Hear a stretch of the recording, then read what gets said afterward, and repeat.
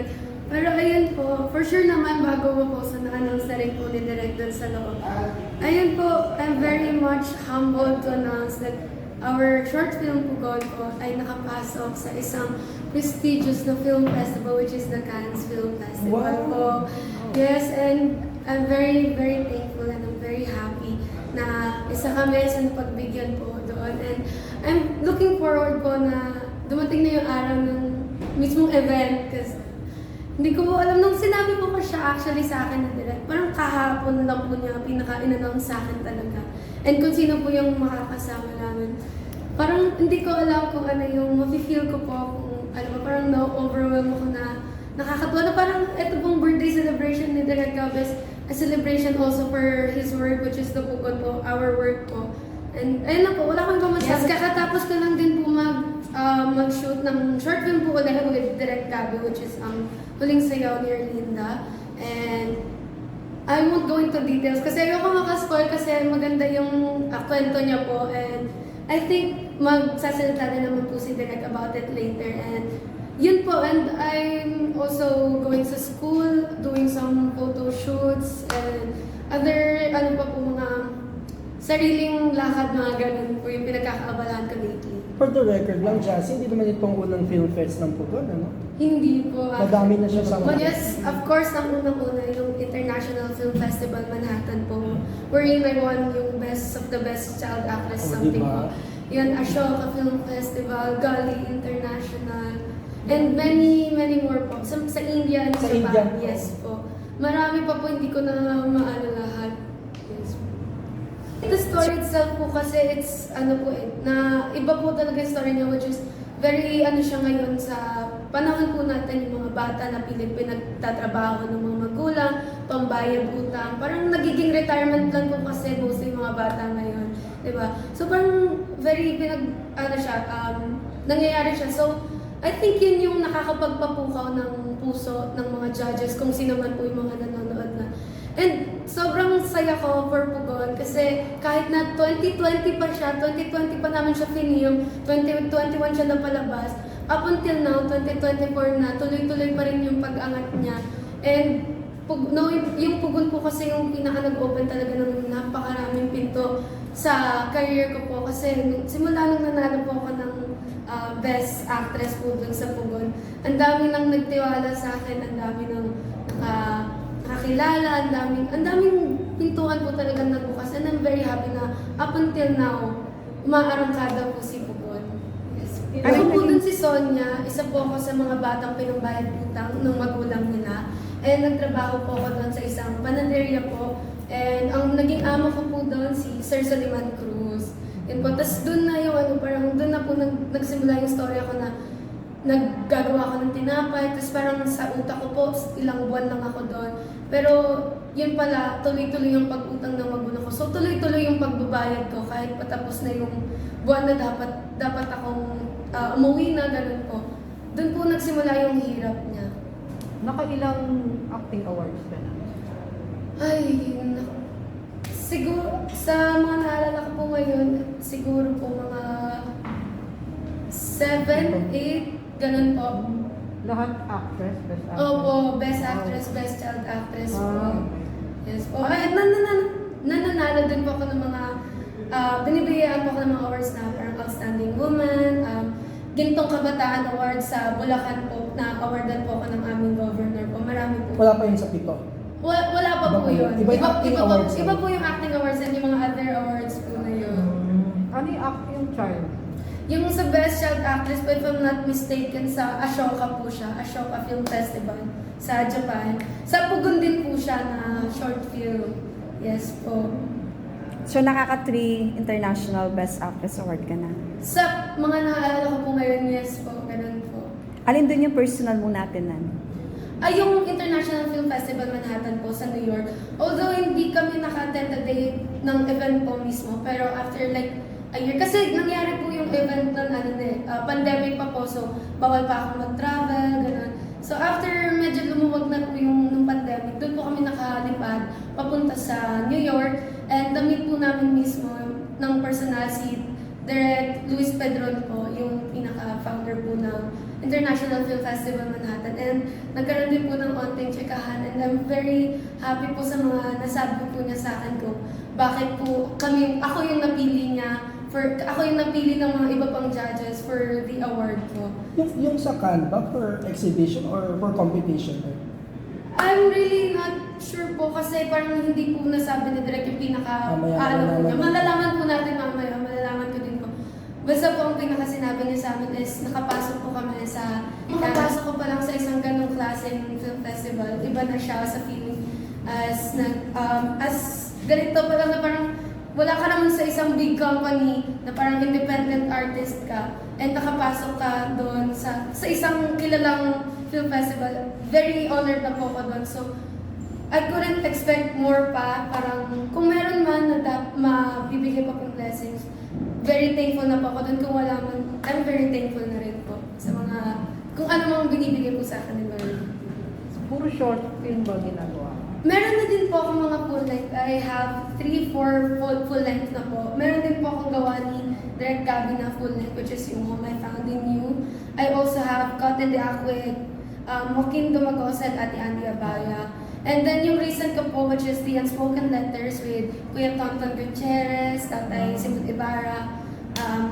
Marami pa pong iba, sila Ate Matet, yun po. Miss Gladys, yun. Why do you work well with Gabby, with Direk Gabby? I actually po, hindi ko rin pala, like, very comfortable po kasi ako talaga with Direk. Kasi with the first short film na po yung Pugon. Kasi parang yung Pugon ko, yun po yung second acting experience ko talaga na in front of camera. And dun pa lang po, hindi niya po ako pinabayaan. Before pa po kami mag-shoot, during shoot, and after shoot, hindi niya po ako nakalimutan, hindi niya po ako pinabayaan. Na alam ko, ramdam na ramdam ko po yung guidance niya sa akin. And parang from then po, nabuo na po yung yung relationship namin na parang hindi lang po basta director sa akin si Direk Gabby. Para ko na rin po siyang tatay. Siya po yung nagagabay sa akin sa path na to. And parang si Direk po kasi pag nakakasama niya po talaga siya, pag trabaho. Pero pag walang trabaho, para po kayong magtropa na alam niyo po na hindi niya po kayo hindi ko never ko po na-feel sa kanya na baguhan ako. Nung nag-shoot po kami ng Pugon na parang, syempre, pag baguhan ka, kabado ka, hindi mo alam kung tama yung ginagawa mo. Pero never niya pong pinafeel sa akin na yung papagalitan niya ako, ipapahiya niya ako. Parang, alam niyo po yung pag nagsasalita siya sa akin, mahinahon siya. Kung saan, alam niya mas naiintindihan ko and mas nabibigay ko po yung best ko. And si Direk Gabby po kasi, kabisado niya nung po ako, na in terms of sa pag-acting, alam niya po kung kailan kulang yung acting ko. Alam niya kung kailan may ibibigay pa ako. Alam niya kung kailan tamang-tama yung acting ko. So parang pag kulang pa, kakausapin niya ako na alam ko kaya mo ba. Hindi pa yan yung Jassy na nakilala ko. So parang from that po na motivate ako to become better na gawin ko yung best ko doon. And doon ko po ako nasimula na matuto na dapat hindi ako palaging ginagabay ng Dapat alam ko sa sarili ko kung tama ba yung binibigay ko. Pero natututo po ako kay Direk Gabby na unti-unti yung parang nag-isa si Direk Gabby sa naging stepping stone ko po to become who I am today. And I know Direk Gabby will also be there in the future kung ano pa po yung nakahilera po sa career na meron ako. Pero willing ka naman makipag-work sa ibang director? Yes po, I've worked with other directors na po and ganun din naman po yung nagiging relationship ko sa kanila. Sadyang si Direk Gabby po sobrang lapit na po talaga sa puso ko na alam niyo po yun, na hindi po siya parang basta pang work lang na naging family ko na po talaga si Direk Gabby. Pwede ka pa maging daring? Kasi may mga award-winning movies naman din na medyo daring yung rules ng bida. Well, ako naman po, siguro sa ngayon, medyo ano pa tayo, teenager, mag-18 pa lang po tayo. Mag-18 ka pa. Mag-18 pa lang po. Sorry, mami. Yes, mag-18 pa lang po. Pero for me naman po, kasi as long as the story itself is, meron ka pong matututunan sa story. Hindi lang basta pa-daring lang na pa-labas lang na ano. Kung mayroon siyang story talaga na meron siyang lesson na matututunan at the end, why not? And I think naman nakadepende pa rin po siya sa mga ka-workmates mo kung paano ka magiging comfortable sa gano'n. Kasi minsan po kahit willing ka kung hindi ka comfortable, di ba po, sa mga Wala. ka-workmates mo, wala din po. So, nakadepende po siya sa director, sa mga ka-eksena mo, ganun po. Diyan may bago kang pelikula, di ba? Huling sayaw ni ano. Can you tell us Yes po, about that's that? the short film po na ginawa po namin ni Direk Gabby. And it is a story about someone who's in love. In love. Parang I cannot elaborate more po kasi baka ma-spoil ko. And I think ipapakita... Sino nga kasama? Si Sir Rez Cortez po, kasama ko po doon. Ayun po, I think ipapakita yung trailer po ata dito. So, I'm very excited na mapanood niyo po yung short film na yun. I cannot go into details kasi ayoko po maka-spoil, but it is something about love. Si Res Cortez lang kasama dito. Marami pa pong iba, pero yung pinaka-eksena ko po dito si Sir, si Lola Ube po, Okay. si Kuya MJ, si MJ Manuel po, kasama ko rin po dito. I'm also with Kino Alonso po. So, na-inlove ka sa mas older sa'yo. We'll see. Pero Jassy, blooming ka ngayon, hindi ka ba in love ngayon? I'm in love with myself. Totoo. Every day I'm loving myself more. That's why I think mas na-express ko yung sarili ko na kung saan komportable po ako. And nakaka-receive ako ng sobrang daming pagmamahal sa mga tao na paligid sa akin. Kaya mas nagiging confident po ako. Bago ka ba pumasok sa acting, nag-workshop ka or Yes po. or sarili mo? Actually po, it started sa school lang po na school plays, ganun po. And then, I really loved acting po noon. And then, yung mother ko po, nas niya ako, gusto ko bang mag-workshop for fun lang. Sabi ko, sige, why not? Para yung matututunan ko, masishare ko po sa school. Tapos, doon po ako na parang na in love na sa acting talaga na parang gusto ko na to. Gusto ko na tong Okay. tahakin tong ano na to, larangan ko na to. May background ka naman pala. Yes po. Nag-aaral ka ba? Yes po, I'm studying at FEU High School. High school ka pa? Senior high po ako, senior high, yes. Anong plan mo sa college? I'm planning to take AB Psychologist po. Ooh. AB Psychology, yes. Bakit yun? Kasi po, gusto ko po actually mag-law. Mhm. But then yung mother, nagtatalo po kay I'll take Pol Sci or AP Psych. But sabi ni Mama, if hindi ka naman agad mag-law school, why not mag-AP Psych ka? Kasi si Mama po, graduate siya ng AP Psych. So parang habang hindi ka pang mag-law school, meron kang other work na pwede mong pasukan. HR. Yes, mother ko po kasi ganun po siya. HR ka. Actually, sa mom ko po ako na-inspire na mag-law kasi plan niya po mag-law talaga. And then parang na-inspire po ako sa kanya. Parang nagugustuhan ko na din po siya. Kaso nag-aartista ka. Yun nga po. Kailangan. Pero hanggat kaya naman pong pagsasabayan natin. Sa tingin mo ba darating yung panahon na yun na magiging focus mo? I think darating po tayo sa panahon talaga na yan. Kasi naniniwala naman po ako na itong showbiz naman po is hindi naman po siya panghabang buhay. Kaya rin po ito yung tinatanong sa akin kung may bibitawan ako doon. Ano ba, career or studies ko. Hanggat maaari, wala po akong bibitawan. Kasi yun po yung pangarap sa akin ng parents ko. And then yun din po yung pinangako ko sa parents ko and sa lolo at lola ko na susuportahan po nila ako sa ginagawa ko as long as hindi ko po pababayaan yung studies ko. And I believe kasi parang kung hindi ka man mag-succeed sa showbiz life mo, at least you have your backup plan na may degree kang pinangahawakan. Meron kang other work na pwedeng pasukan. Yun. Ano pa na pinaka naging reason mo ba't gusto mo maging artista? Bata pa lang po kasi kumangarte na ako. Parang na-inspire po kasi kapag nakikita ko yung mga ina-idolize ko sa TV na parang gusto ko din someday makikita ako ng ano. Parang gusto ko po kasi yung gusto ko po yung thought na parang may nakakakilala sa'yo, may nai-inspire sa'yo, may gusto ring tahakin yung tinatahak mo dahil na-inspire sila sa kwento mo, sa kung anong ginagawa mo. Yun po. Gusto ko po maging role model ng iba. Sino ba ito nakapagpa-inspire sa'yo, mga artista? Bata pa lang po akong pinapanood ko na po si Miss Catherine Bernardo talaga. Actually, sa kanya po nag-start. Tapos parang habang tumatagal, napapanood ko na po. Anong project to ni Catherine? Sorry po. Anong show to?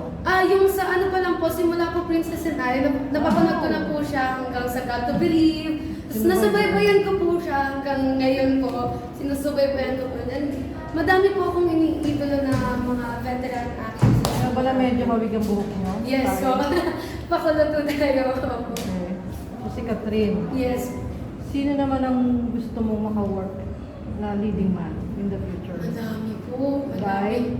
Like, siguro sa ngayon po, gusto ko pong maka-work si Joshua Garcia po. Kasi, like, yung seeing his acting skills po sa mga shows niya lately, parang ang sarap pong maka-eksena kahit kapatid lang or ganun po. Siya lang? Joshua, yes. Wala na iba? Madami po. Sino ba? Mga veteran actors din po gusto ko makaala. Sir Juan Campiado, mga... Hindi lang po basta yung mga batang artista po ngayon, mga veterans po. Kasi alam ko marami akong matututunan sa May kanila. showbiz crush ka ba? Showbiz crush. Sino ba siya? Actually, hindi po siya sa acting na or artista na sa mga group po, like P-pop group. Ang pinaka-crush ko po talaga is Ken of SB19. Yan na. Yes. Yeah, so ever since Ken of SB19 po ang pinaka-crush ko. Do you sing? I do sing before, but right now po, I focus more on acting. Yes po. Para sana makaduet mo siya. Sana po. Kung pagbibigyan po ng pagkakataon, Kaya why not? mahirap i-develop mo yung... Yes po, yun nga po. Natigil din po kasi ako. Actually, before po, nag-voice lessons po ako. Kaso, na-busy po ako. So, hindi po siya natuloy. And I think medyo umaano yung boses ko. Kaya, hindi po ako makapag-focus sa singing po. Anong pangarap mong role na yung gustong-gusto mo sana makuha ko yung ganito mo? Actually, nagawa ko na po yung isa sa mga pangarap kong role, which is yung song na merong disability. Yun nga po yung sa unspoken letters po. Pero ngayon po, ang parang gusto ko naman mag-try is the other way around. Gusto ko naman po maging parang bida kontra bida type of actress naman. Na parang lahat po kasi halos ng mga roles ko, lahat mabait, ganito, ganyan. Parang gusto ko naman matry ngayon na mapakita yung other side ko naman po na kaya ko rin na maging maarte, na maging mataray, parang ganun po. Just wala kang ka-love team ngayon. Komportable ka na ba na solo actress? Yes At your po. age tsaka sa status ng career? Yes po, of course naman. Ako naman po, kung meron naman, nung may ka-love team naman po, very okay naman po ako dun. And right now, na as going po ako na solo, very happy naman po ako. And isa rin naman po to sa pangarap ko din talaga na parang makilala din as jazzy lang talaga. Although I'm very happy sa mga nangyari sa mga naging takbo ng karera ko before. And I'm very happy kasi dinala niya ako dito. Dinala ako ng career ko noon ngayon. And kung magkakaroon man, why not? Kung as a solo, why not pa rin? I'm very happy to work with anyone naman po. Sa tingin mo ba kailangan mo? Dami mo ng acting award? I think naman po kasi sa akin naman po, yung sa pagkakaroon naman po ng love team, naging vocal naman po ako before na parang hindi naman porque may love team ka is aasahan nila lang yung isa't isa na parang kailangan hatakan siya, opo, pero parang hindi pwedeng maging dependent kayo sa isa't isa, parang ganun po. So parang dapat kahit na may ka-love team ka, you can stand on your own na parang hindi ka lang basta aasa sa love team na yun. Yun naman po yung sa akin. So kung meron man po, I know naman po na kaya ko pa rin na mag-isa ako kahit meron akong ka-love team. And kung wala naman po, kaya ko pa rin naman po. Since Katniel fan ka, naka-move on ka na ba? Ano ba? Super shy. Super nakasalunin. Actually, I'm, naman po, very sinasabi ko naman po, tinatanong din po siya sa akin before na anong reaction ko, ganito, ganyan. Siyempre, as a fan po, since Princess and I, nasaktan po ako, parang parents ko na po sila. Parang ganun po yung sa atin namin ng mga fans eh. Kasi lumaki kami kasama sila. Parang lumaki kami kasabay sila. Parang ganun po. So, nung nalaman ko yung sa breakup po, siyempre na-hurt ako. Pero, parang wala naman din po ako sa posisyon na parang hindi maka-move on. Na parang, as a fan, susuportahan ko po sila parehas. Na parang hindi po ako one-sided talaga na ito lang, ganito, ganyan. Kasi, for me as a fan, I don't have the rights na i-judge kung sino man sa kanila. Kasi, wala naman talaga sa atin may alam ng totoong nangyari, which is sila lang naman po talaga.